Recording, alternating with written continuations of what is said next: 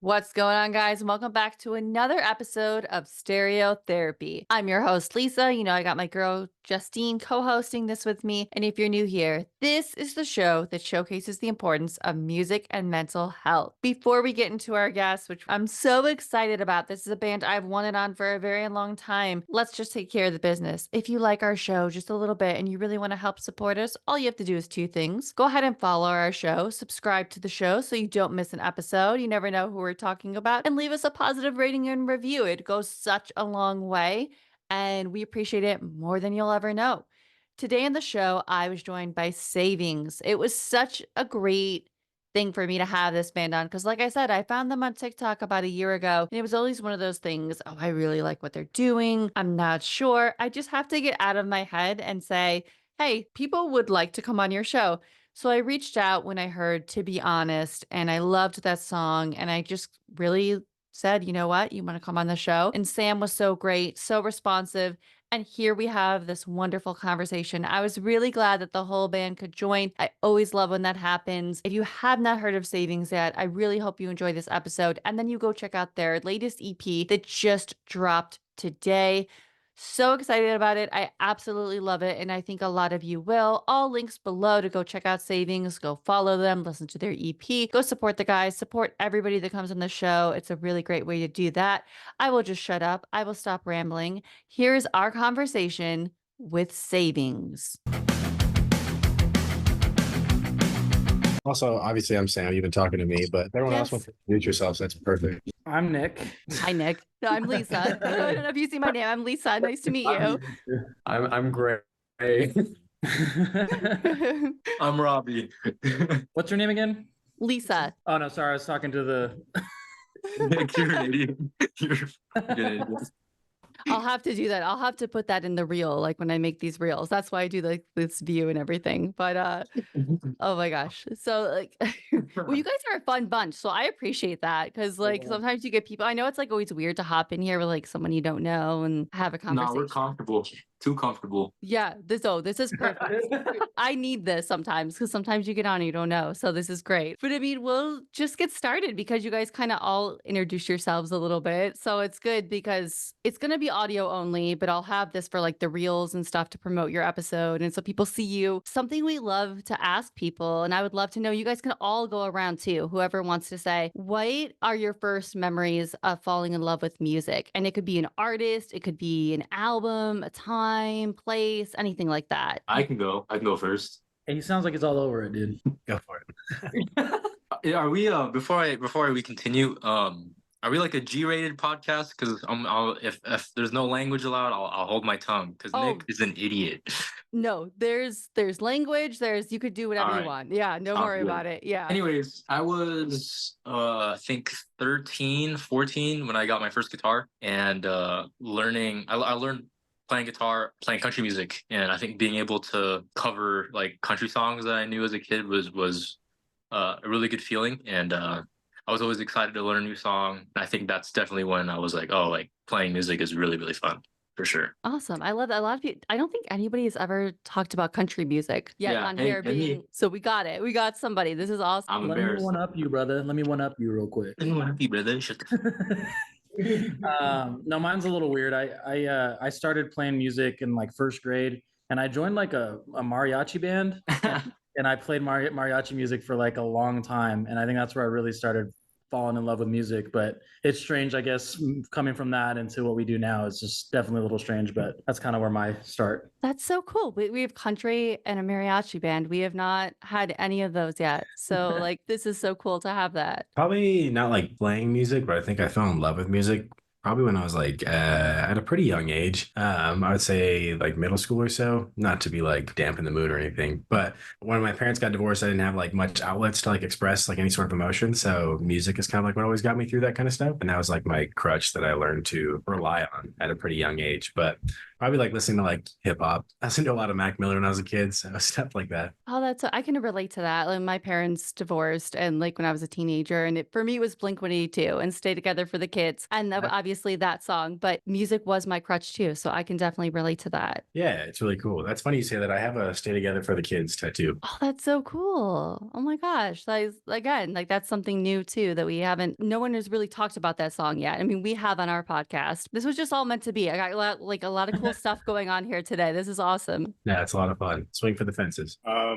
don't know. I guess mine's along the same lines as well. Our local station, we have a local station here called 104.1, The Edge. And back in the day, it was just all alternative. They had local bands playing on it all the time. Definitely Blink. That was a huge one for me. Sum 41. And then getting later on, it was a lot of metal for me. It was a lot of metal, mostly like metalcore and hardcore. Yeah, those were like basically what shaped what I write and what I play. Any specific bands that Metalcore, Killswitch Engage for sure. That was a big one for me. Killswitch Engage, Bullet for My Valentine, Avenged Sevenfold was a big one. My dad showed me that band when I was a kid, and that really just set it off. Oh man, Avenged Sevenfold. That brings it back a little bit. I know they're still, are they still doing stuff? I kind of lost touch with them. Like, are they still out there touring and everything? They're most definitely touring. I don't know if they have any new music out. Gray would maybe know.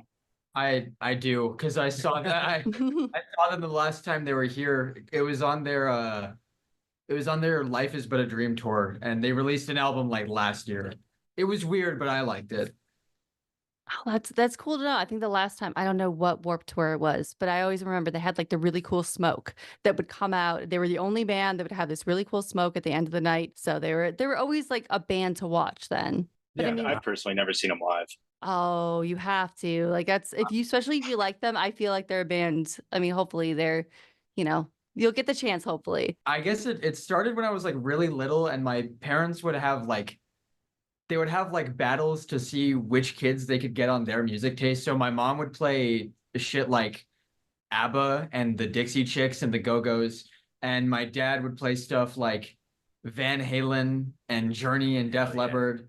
And at the time, I sided with my dad, and I got real into like classic rock, 80s rock, and then developed my own taste from there. But now I am definitely more leaning towards my mom's side. That's cool. Oh, that's so cool. So there's so many different influences for you guys to like chime in and have in your band, which is really cool. Like usually a lot of people say if they're like an emo band or pop punk or whatever they are, they all stay in that genre. So that's really cool. Like now I'm going to have to go back and listen. Like, can I hear any of this stuff in your music? So this is like, again, this is just, I don't want to like just gas you guys up, but this is really cool to have this on the podcast, like different things.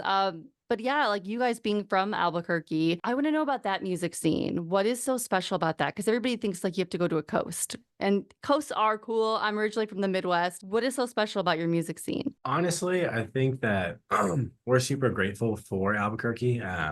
We had like, and again, not to be like pompous, like we have only been a band for a little over like 2.5 years now. And Albuquerque has supported us like through and through, which we're extremely grateful for. But like oddly enough, our like biggest city is not Albuquerque. We love it here. There's a lot of hardcore music. There's a lot of like scrams. There's not very many emo bands. I could probably like name all 4 or 5 of them. Yeah. But a lot of it is like heavier influenced, which from like talking to people, I work at the Apple store, talking to people like at work who have been around for a while, whether it be like my customers or coworkers, they've all said that like heavier music has always been like pretty big in Albuquerque. And it kind of has just remained that way too. I mean, you take a look at even touring bands that are rolling through Albuquerque.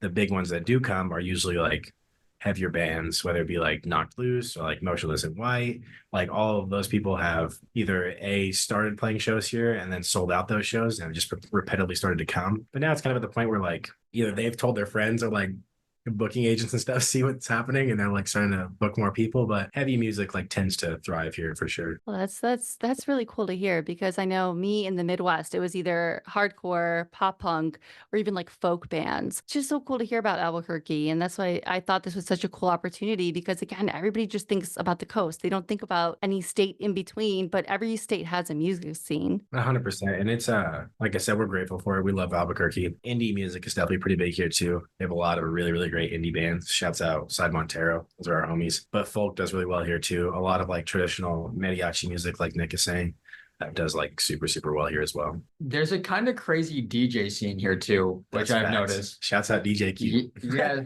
shout out Meowstas. That's my homie. But they have like, there's this place here called Ren's Den that is getting a lot of traction for like booking a bunch of, like Sam mentioned, the heavier bands.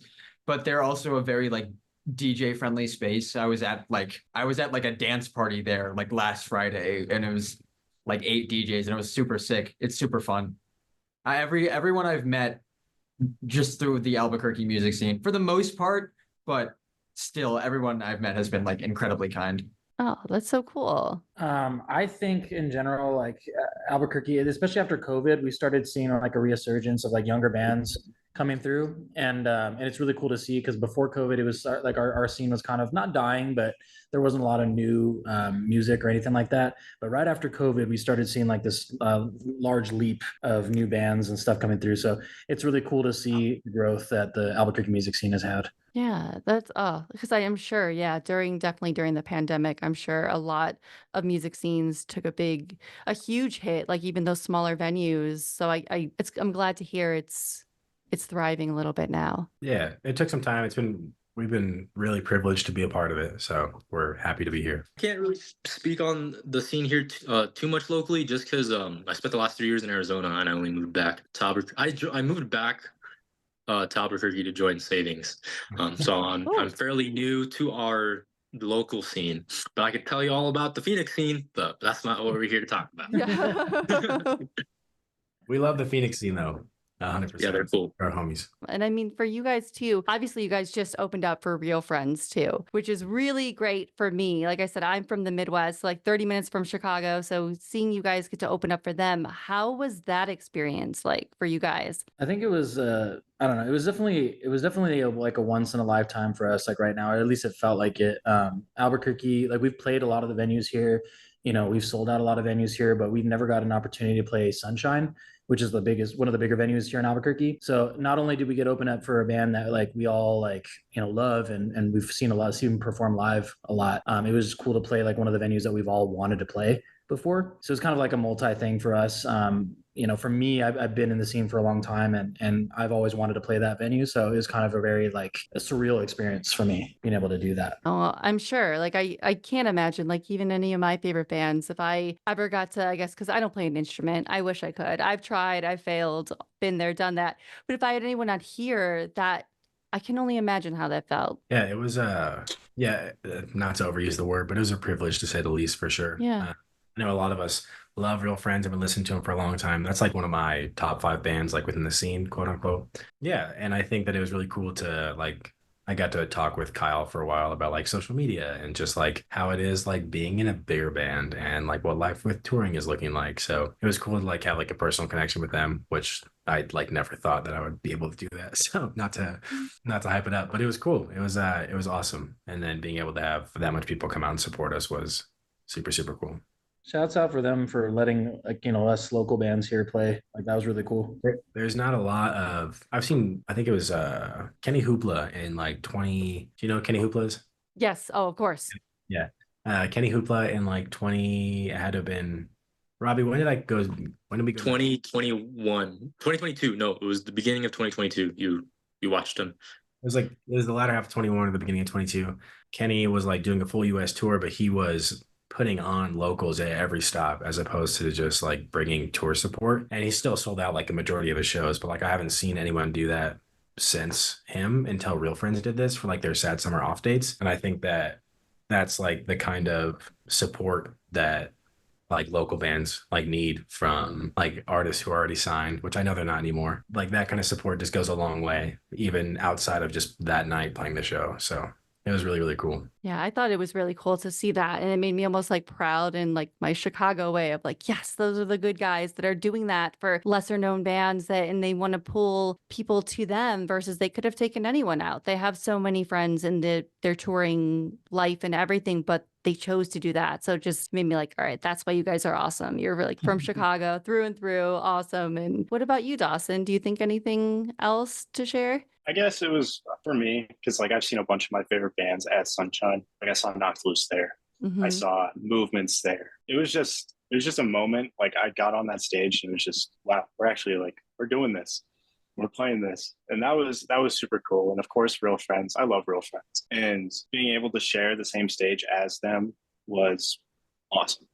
It was a great feeling. Oh yeah. Oh, I can't imagine. And I mean, if you guys were to all pick a favorite Real Friends song, what would that be? Honestly, Waiting Room is pretty sick. Yeah, Mhm. Waiting Room is really cool. The new song. I have been enjoying a lot, like I said, especially after what's the name of the new singer? New singer's name? Cody? Cody. Yeah, Cody has such. I mean, not to discredit Real Friends before that. I've loved Real Friends for forever, but I have enjoyed kind of their development now, and their song like "Tell Me You're Sorry." I've been liking that song a lot recently, and then of course all the classics from back back in early Real Friend days for sure. Hold up, I'm on Spotify. I know, putting you guys on the spot. Like, I'm like even thinking of myself. I'm like, what would I choose? Honestly, my favorite album from them is Composure. That was like Dan's last album. My favorite song in total is probably, I think, if I'm not mistaken, it was Cody. Teeth. Oh, Mhm. God. I was gonna say Teeth. Yeah, it's either it's from Torn in Two. So it's either Teeth or another one that I like when I was kind of first realizing I knew how to sing. That I was singing a lot was, where the hell is it? Oh, it's from Maybe This Place Is the Same and We're Just Changing, which just had its 10-year, which is crazy. Mhm. Is 16. I love that song. Mine is Storyteller. I love that riff so much. Yeah. It's So, Since Yeah. Sam said Teeth already, I'll say I've given up on you. One of the more popular ones, but it's emo as shit, and I love it. Oh, it's so good. Like, why not pick that one? It hits every time. I know they're playing here. I think on the 4th of August. I'm like, somehow it's sold out. I got to make my way just because I think they're playing that one for sure on this sad summer tour, and I have to hear that. Is that a Sad Summer Day or is it off date? It's a sad summer day. Oh yeah, Ooh. I was bummed I couldn't make Sad Summer this year. We haven't been Oh. ever since. Oh, I'm not really a fan of the venue here, but it's like there's just so many good bands on that. It's like, and again, I have them and Knuckle Puck. It's like, all right, let me get some Chicago-ness over here in New Jersey. Let Yeah, me get for back to it. For you guys, obviously, your EP is coming out right around the corner on the 2nd. Next Thursday, It's 1 week. so yes, you are 1 week. Yeah, today. Oh my gosh, it's Thursday. What are you guys most excited and proud about to have it out there soon? I think that I feel like I'm talking a lot, so I apologize. Lead singer over here. I think yeah, right. I think that I can speak for all of us when I say this, is that this record was like a little bit challenging for us to write. Again, not being pompous, but as like a smaller band, Get Well Soon did a lot better than I think all of us would have ever expected.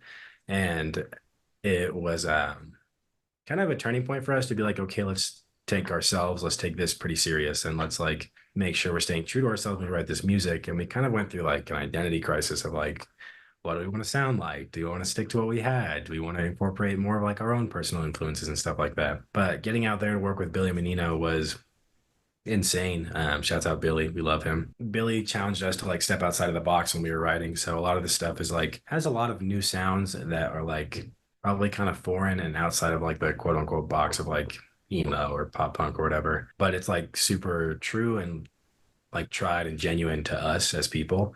And I just hope that shows through the most and people enjoy it just as much as the last record.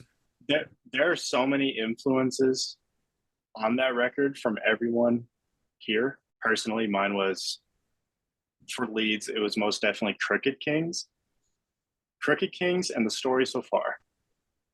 Those were like my biggest influences for writing this project, for sure. Oh, that's awesome. Yeah, I love the story so far. I love that new record so much and just love that band in general.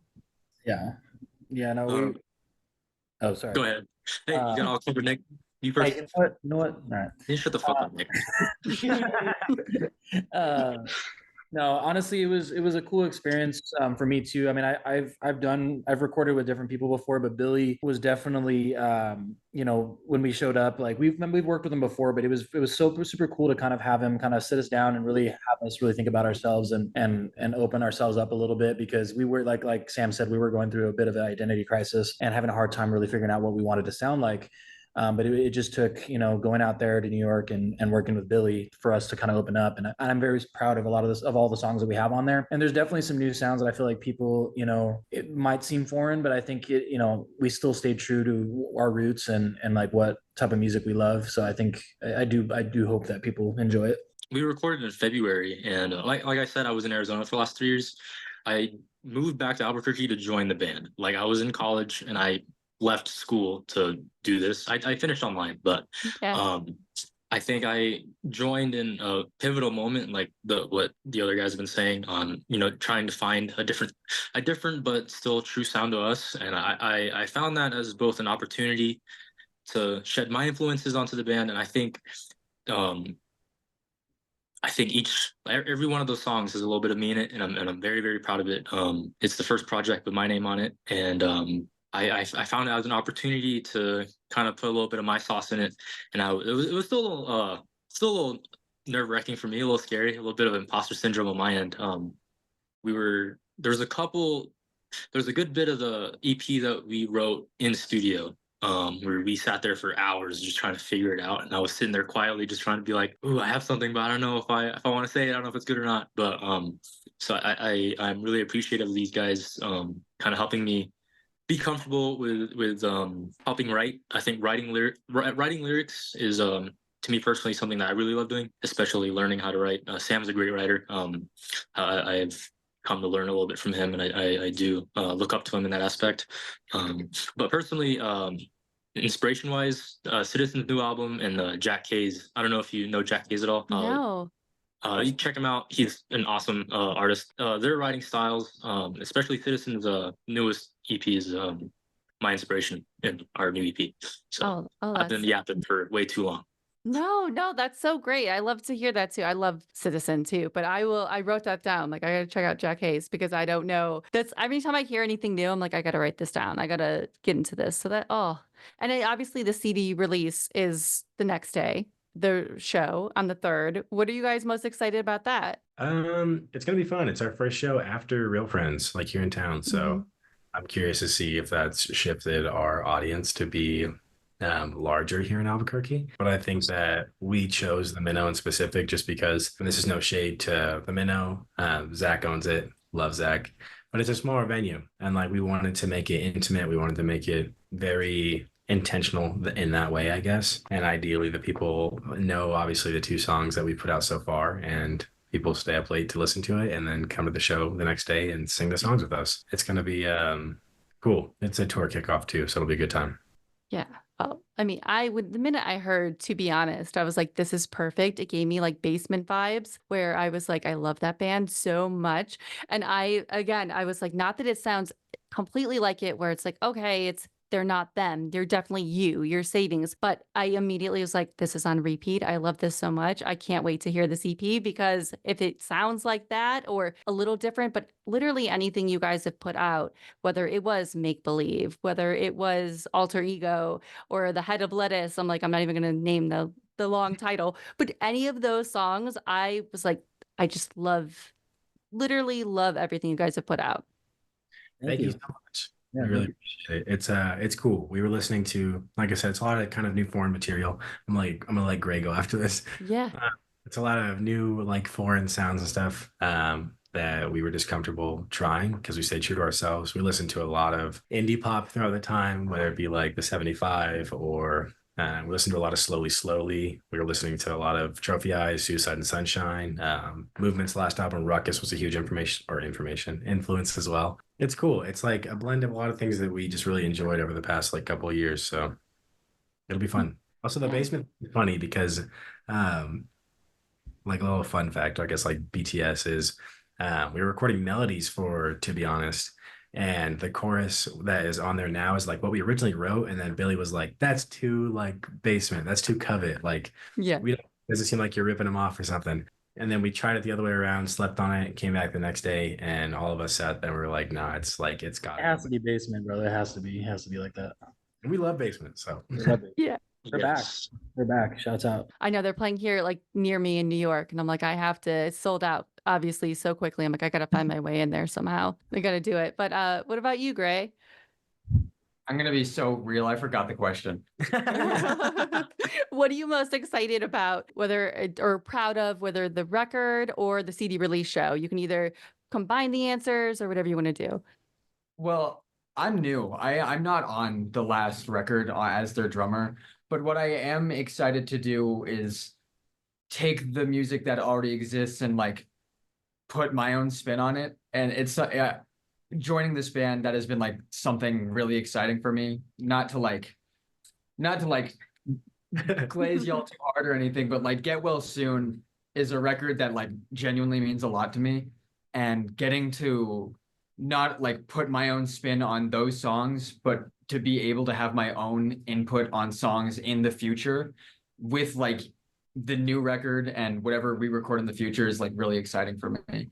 And I'm excited to drum at the Minnow. I've played there before, but I've never like been at the back drumming before. So that's going to be fun. Applaud anyone that drums, because I've tried to play like rock band and I was the worst person ever at it. I'm like, anyone that can actually drum, hats off to you, because there's nothing, I can't even handle that. It gets really hot in there really quickly, so I'm a little scared, but I'll be fine.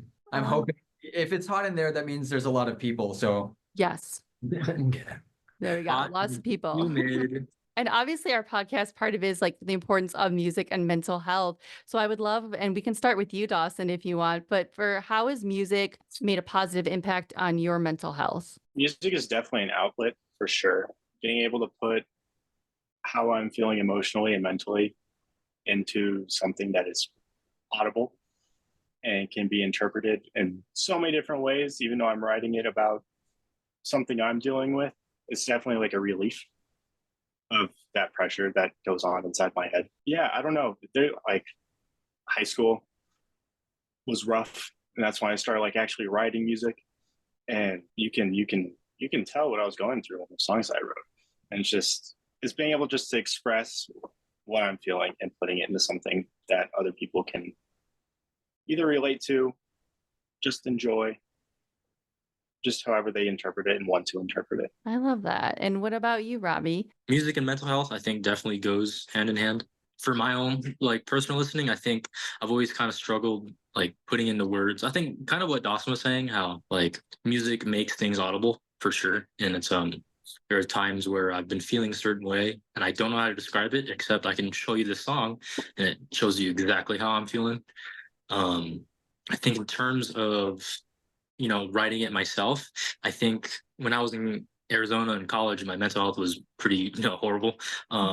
If I haven't thrown it away yet, there is a super thin notebook full of the most emo and shittiest poems that will never see light of day. And if I find it, I'm throwing it away. But it for sure helps. It most definitely does. I don't think I wear like my emotions on my sleeve, but if you looked at my Spotify history, you'd be able to tell what I'm going through. I think with any of these guys too, for sure. Oh, yeah. No, I think that's so important to bring up, because a lot of us too, that's why with this podcast, it was so important. There's that intersection of music and mental health. And then a lot of times if you can't vocalize it, there's a song for that. And I love that you just said that. And what about you, Sam and Gray? I've go first every time. You can All go. right. For me, it's always been about like connecting with people in any way, shape, or form, especially through something that is like as intimate and passionate as music. And when like it's harder to express emotion as someone who stays in the back and hits things loud and fast. But I will say that drumming is the biggest stress reliever that I have ever picked up ever. And that is a really healthy outlet for me, just in general, when I have a lot of like built up emotion and I know I have a gig soon, I'm like looking forward to the day after, because all of that energy will be released in something that brings a shit ton of people together. And it's really, it just means a lot. Oh, I can only imagine. I think we had Cody of Goalkeeper on, and he said the same thing about how drumming really was his outlet and his just go in and hit some drums. And then I had someone, Drew from the Warp Tour band. They do a Warp Tour kind of chicken love letter to Warp Tour, and he says like on a rough day he just goes and gets behind his kit and he's set for the day. So definitely seems to be a theme for a lot of drummers. Yeah, definitely. I feel, and that's another thing too, is there's like a universal drummer code, definitely. So I love just like doing stupid fancy shit on drums just to see if there's any other drummers in the audience who I can impress with it. And it's worked. I've made a lot of friends just by doing some stupid little thing that only another drummer would notice. That's genuinely how I've met like some of my best friends. Oh, that's so cool. And what about you, Sam? Music, I like Robbie said, music and like mental health kind of coincide with one another. At least in my life. Not to be like drastic, I'm not sure I'd be around if I didn't have music. Not even just playing music, but just the ability to listen, and how accessible it is now is a given, like a benefit. So like I said, I kind of used music to like process my emotions my whole life growing up, and I still do. Like that has shifted a little bit now because I'm able to like write and stuff, and that helps a lot too. I remember that's probably like 4 months ago. I was going through some stuff, and my therapist was like, "Do you journal?" And I was like, "No, I don't journal." I was like, "But I write songs like every so often," and that like slowly started like kind of coming to clarity for me that writing music, whether they never see the light of day, me just being able to like output my emotions into like words, for myself to listen back to is huge for me. And I think that even to this day, like a lot of new records that come out or older records that I always fall back on still keep me going sometimes when like nothing else really makes sense. But I love that you brought that up because I think even just bringing up therapy, so many people don't want to admit that. And I love that you just brought that up. Yeah, it's I started therapy last October. And for the longest time I just like pushed it off because I was like, well, I've been like doing it by myself for so long and I'm still here. So it's like Yeah. I'll be fine. And I didn't really see the benefit of it until I like went to my first session. I was like, oh, that was not scary at all. And verbalizing to someone who has no tie to your life aside from that moment, is huge. And someone who's like a trained professional to like understand like your emotions and your actions and how they coincide with one another is just huge. So yeah, I mean, I push all my friends to go to therapy. Oh, I love that, especially being guys too. And I always love when I can get a band like you guys or any guys like on here. I'm like, yeah, sorry, we're talking mental health. And because men's mental health has such a stigma too. So that's so great. And I love that you guys have been so open. And Nick, I would love to know about you. How has music made an impact in your mental health? So I just agree with everybody. Like I think it definitely coincides. Like Robbie was saying, like I may not wear my heart on my sleeve, but like you look at the Spotify playlist and look at different songs, like you can definitely see where I'm at a specific time. I also think music holds memory, and for me, if I listen to Copacetic, for example, like I can remember when I was going through a tough time, and that album helped me get through it. Um, One of the big ones for me is Just Another Face by Modern Baseball. Mhm. That song, every time I hear it, I remember it is, it could be a sad memory, but at the same time, it makes me think I'm in a better place now. And just listening back to this song, I can think back to the struggles that I went through, and how I overcame them.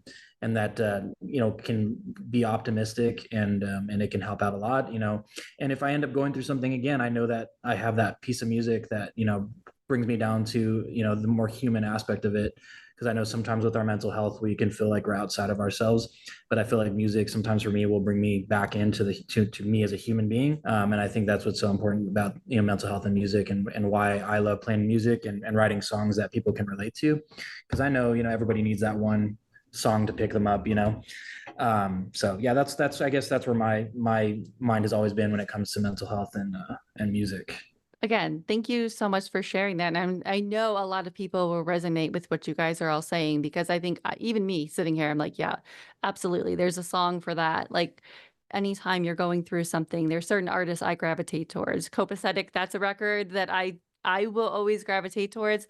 I know it's a hit or miss with some Knuckle Puck fans, but I love that record so much. And then it's again, you can travel back to that time when maybe you were going through something. And again, I love that you guys seem to love modern baseball because I know you guys will cover modern baseball at your shows. I've seen the videos. I'm like, oh my gosh, I gotta go because I miss them so much. Yeah. Same. Yeah, yeah, right. And something we like to ask people too, on top of their mental health, I know obviously music is huge for you guys. What else would you guys say is something you turn to? I know we talked journaling and drumming, but if someone's having a tough time and they're looking for something, what else do you guys turn to for your mental health? I like to run. And it's like physically healthy. So Yeah. um, I won't like lie and say that I've been going to the gym for a long time, but I've definitely been running for a long time. And I think that that's like a good space for like me to clear my head. I definitely still listen to music when I do it, but Yeah. going back to that human aspect of things, like the only thing you're focused on is like your feet hitting the ground and like where you're going ahead of you. So it's a lot of time for like reflecting and stuff like that. Because I think our day to day is very like go, go, go. Like what's next? What do I have to do? Like I didn't realize until I like got off the internet as much that like I didn't ever give myself just like free space just to think.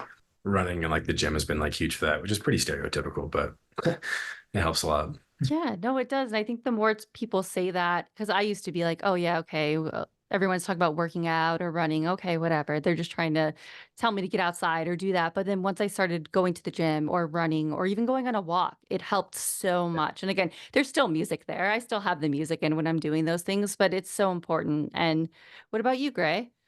For me, it's definitely walking Yeah. just around. It's hard for me to get away from like writing music or playing instruments because that like not to sound like depressing or anything, but that's like all I've got. Like all I do is write songs or practice like my instruments. But when I do like need an escape and I need alone time, I live like a 5 minute walk away from some like beautiful mountain ranges and I just go up there, pop in an earbud, listen to like my comfort albums, and I kind of just think.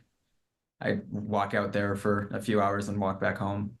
It's really it really clears my head. It calms me down significantly whenever I need it. And also it's something that's great to help me like think of more things to write if I have like writer's block and I just need a fresher environment that's not just my room where all of my instruments are. Oh, I love that. And again, like you guys sharing all this stuff is so great. And I know there's going to be someone that resonates with that. And what about you, Robbie? I think it's funny that you said like things other than music, and we've all been like, yeah, we do this, but we're still listening to music. I think that's kind of funny. Um, Mine, I like going on drives and listening to music, of course. And a big outlet for me was I have a Harley, I have a motorcycle. I don't ride as much as I like to. But it was for me when I had a very bad like mental health day slash night. I just go on the bike and probably do some illegal speeds. But to me, it's therapy. And yeah, I like being on drives. Nick is texting me. He said he has a Harley. Shut up, Nick. But drives, I think, are so underrated. I think about that too. Like, I mean, obviously, I don't have a Harley, but like, I going on drives is just having the windows down again with music, whatever. I mean, I know our question usually is like other than music, but whatever. Like, music is there for all of us. But I think, yeah, that I don't think, again, I don't think anyone's ever said a drive. So, but, or a Harley. So there you go. So thanks, Robbie, for saying that. But what about you, Dawson? I tend to do a lot of things. There's not like one thing I stick to. Outside of music, I like to collect things. I'm just a collector. I'm basically a hoarder. So what do you like to That- collect? What's one of the things you like to collect? Right now, it's a lot of records. Records. My car has a tape deck in it, so I get tapes and I'll just listen to these really obscure tapes I find at the music store. Um, my biggest one right now is Magic the Gathering, which is something I never thought I'd get into, but that's what I do. That I have my cat. My cat's a huge part of my life, and so if I'm ever feeling down or anything, my cat's there. Hey, like we had another band, I think it was Halfway Down. One of their members was big into Magic the Gathering, and that was their big thing. So that's awesome. I know my fiance plays Dungeons and Dragons. So you know what? If it's not Magic the Gathering, it's something like that. So that's really cool. What about you, Nick? I think for me, movies are very much like a comfort for me. Or watching just like a typical show like sitcom or something like that. I've always been able to get lost in that. And, when I was going through my times where I was having a hard time, like just being able to watch a specific show that's a comfort thing for me, that's always helped out 100%. Well, and like before I let you guys go and have the rest of your night, I mean, we have the EP, we have the CD release show, whatever else you can share. What are you guys most excited about this year in 2024 for your band? I honestly think that we didn't really know what this year was going to look like for us. Last year was so big that it felt hard to top it. So we have kind of just taken things as they come and just excited to be here, to be honest with you. The record obviously is going to be great. We're excited for it. We've been getting on the road more often this year, and that's been super, super, like, I guess, just exciting for all of us. So it's been fun to spend time, meet new people. Just make new friends and stuff like that. But after this, we start writing like an acoustic like split with some people, and then start recording to go again to New York in February. So I guess just looking forward to writing the next project. I feel like that's how it always is. It's kind of the dilemma we're always in. We have music in our back pocket that we're very excited about, but I think every musician's excited about what the next thing could be. But I think we've developed a lot as a band, and we're very excited about these new songs, and we hope people enjoy them as much as we do. Again, I'm looking forward to it. And what about you, Robby? Not to sound like a broken record, but I think I'm really more excited about writing. I had joined the band kind of on the later end of the writing process before New York, so now I get to be here before the writing process has started. So I'm really hoping to looking forward to create more. I play bass. I'm really wanting to cook up some really cool bass riffs for the EP without ripping off some other song, because I'm really good at doing that when I'm playing in my room by myself. But yeah. What about you, Dawson? I honestly didn't know what was going to go on this year at all. I don't know. I guess I don't really plan that much ahead or think like at the beginning of the year what I'm going to do or what we're going to do. The touring and playing out of state was a good surprise for me, and it was a lot of fun. Excited to keep doing that. As writing goes, I'm just constantly pumping out new ideas, and so I'm excited to actually work those ideas into songs for everyone to hear. Awesome. Like again, like looking forward to this year for your band. And I can't thank you guys enough for taking time. But I guess if someone's listening, I'm going to post all the links so everyone can find you guys and check you guys out. But if anyone just wants to listen, where is the best place to find you guys and your music? Honestly, I think we're all biased, but Spotify. Yeah. Yeah, also on all streaming services, but Spotify is like our biggest one. So we also have music videos. Like we put a bunch of music videos out for this Yes, record. please watch our music videos. They're slacking right now. Yes, I'll be sure to link those. I'll be like, go to the YouTube, go watch the music videos, go check them out. Because I think that's it's an underrated thing. I think people forget too that music videos, they're so important. They used to be so important. They're still important now, and bands like you are putting them out. So yeah, everybody just go watch their videos. I love them. But again, thank you guys so much for coming on and taking the time. And I appreciate you guys sharing everything today. Thank you. Thank you for having us. Yes. For having us. We appreciate you harboring a space where we can all feel like able to be honest and comfortable. So yeah, thanks for having us. Yeah, no. Well, Thank you, Lisa. And all right, guys, that was our conversation with Savings. It was such a great conversation. And I think there are a lot of things that I know I can relate to. So I know a lot of you listening will too as well. And it was one of those conversations that was just so fun. Like as soon as they came in the Zoom, I knew it was going to be a great time. I think there's a lot of things as a band people can relate to, as a music lover, and just as a human being, we can all relate to. So remember, all links below. Go check out Savings. I'm telling you, do not sleep on this band. At the end of the year, we will be talking about them. I know it. But as for Justine and I, we will be back on Friday. Yes, we're going to start to do 2 episodes per week. We have so many conversations going on, and I don't want to sit on them. I don't want you hearing a conversation that took place 4 weeks ago. That's not how I want things. So we are going to start cranking out these, and it is incredible to think that we are at that point. And it is because so many of you are listening, so many of you are recommending bands.